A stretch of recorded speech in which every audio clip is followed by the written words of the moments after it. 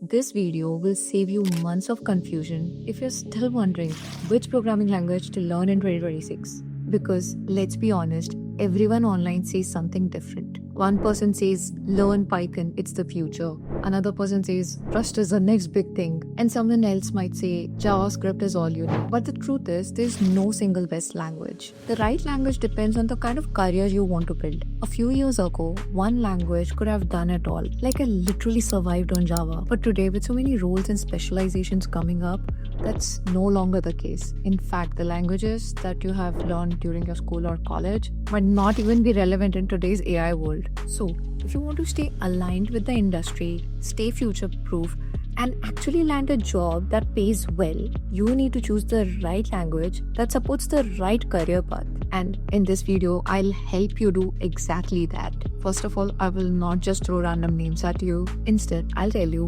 which languages fit the top 5 domains in 2026. The 5 domains are AI, web, cloud, data, and systems. We will also talk about how you can start practicing each one and what roles you can target once you actually learn them. Also, you don't need to note down anything. I will share a detailed guide with each of these programming languages, also the practice tools that you can use to dive further into it. You will find that link in the description below. Number 1 is Rust. Now, why it matters? Rust is exploding in adoption because it solves one of the biggest problems in modern engineering, and that is how to build extremely fast software systems without compromising security. Now, what are the benefits of Rust? Number 1, it gives you C++ level performance with zero cost abstractions, basically no runtime overhead. Then there is memory safety through ownership and borrowing model, basically helps preventing leaks and crashes. There is no garbage collector, so there's predictable performance. It helps with compile time checks, so you catch issues early. And on top of this, it has a rapidly growing ecosystem across cloud,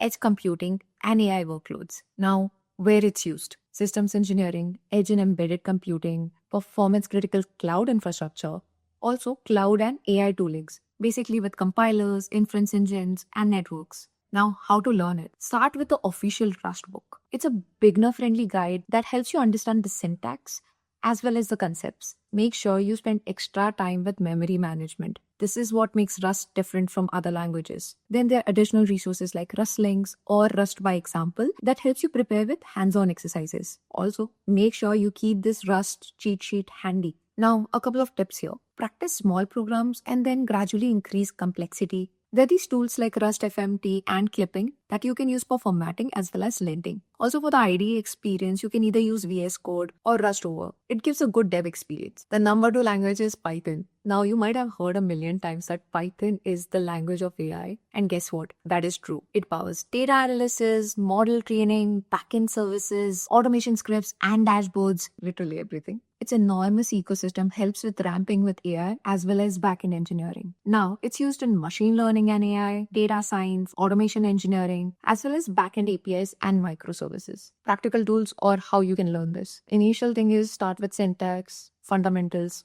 That's a common thing you do for every language. Pick up on libraries which are closely related with data science like NumPy, Pandas, Matplotlib. These are the libraries you can use for data analysis. Then you need to pick a framework, because basics are not enough. Look for PyTorch or TensorFlow. Go through the docs, read a bit more and see how it's all connected. And when you're starting, try writing some automation scripts like file handling or API calls. You can also build small APIs or tools using Fast API. Such kind of use cases are gaining a lot of momentum right now. Now, for the practice tools, there's a HackerRank Python track that I regularly use before every interview, honestly. Then there's also some free resources that Google provides like Google Colab that gives you free Jupyter notebooks. Then you should also explore Kaggle notebooks where you get access to real data sets and competitions. Also PyBites, it's pretty good with hands-on Python exercises. Now, number 3 language is Go. Now, you don't need to go anywhere. Stay here. This language is also known as Golang.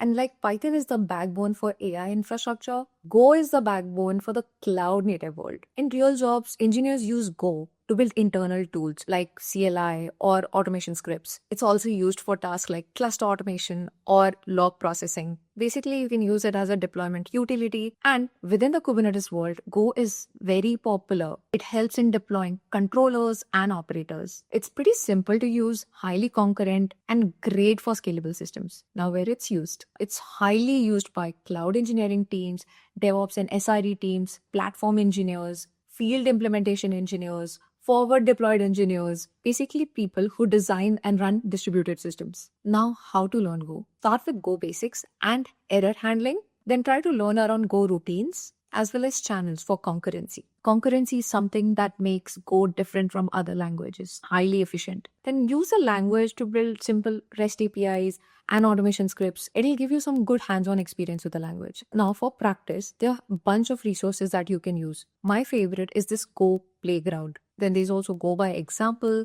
bunch of hands-on mini labs that you can use. There's also Play with Go tutorials, as well as there's a whole Go track with LeetCode. Now let's move on to number 4.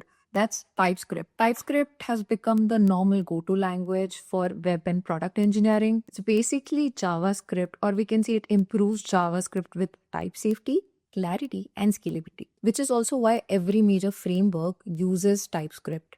Now, where it's used: front-end engineering, full-stack development, internal developers portal, and also across API and tooling development. Now, how to learn? You start with JavaScript fundamentals. Then you go learn the TypeScript essentials like types, enums, interfaces, and generics. Now, in order to get familiar with TypeScript, you need to build some projects apart from practicing the fundamentals. So try practicing with projects using Next.js, React.js, or Remix. Also try to build projects using Node.js runtime, so you'll get a full end-to-end experience. Now for the practice tools, TypeScript Playground is pretty good. You can also use Code Sandbox. There's another portal called Frontend Mentor that gives you some UI challenges with TypeScript and React framework. Also, LeetCode offers a good set of exercises for TypeScript. Now, heading to number 5, that is SQL. SQL is the universal language of data. Every dashboard, analytics pipelines, ML workflows, and backend systems, they all depend on SQL.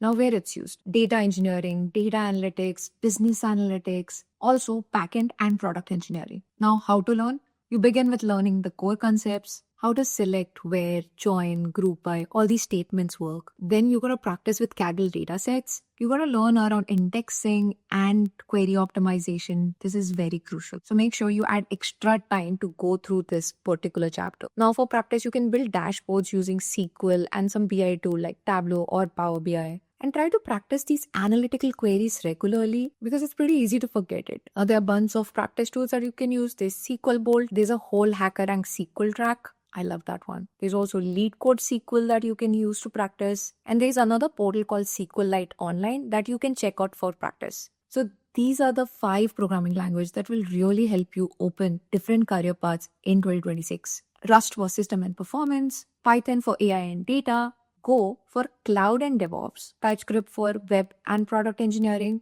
and SQL for any data-driven role. Just remember, you do not need to learn all 5 of these languages. You just need to pick one programming language that aligns with the career path that you want to dive into. And if you found this useful, make sure you like this video and share it with someone who's actually confused with around which programming language to learn.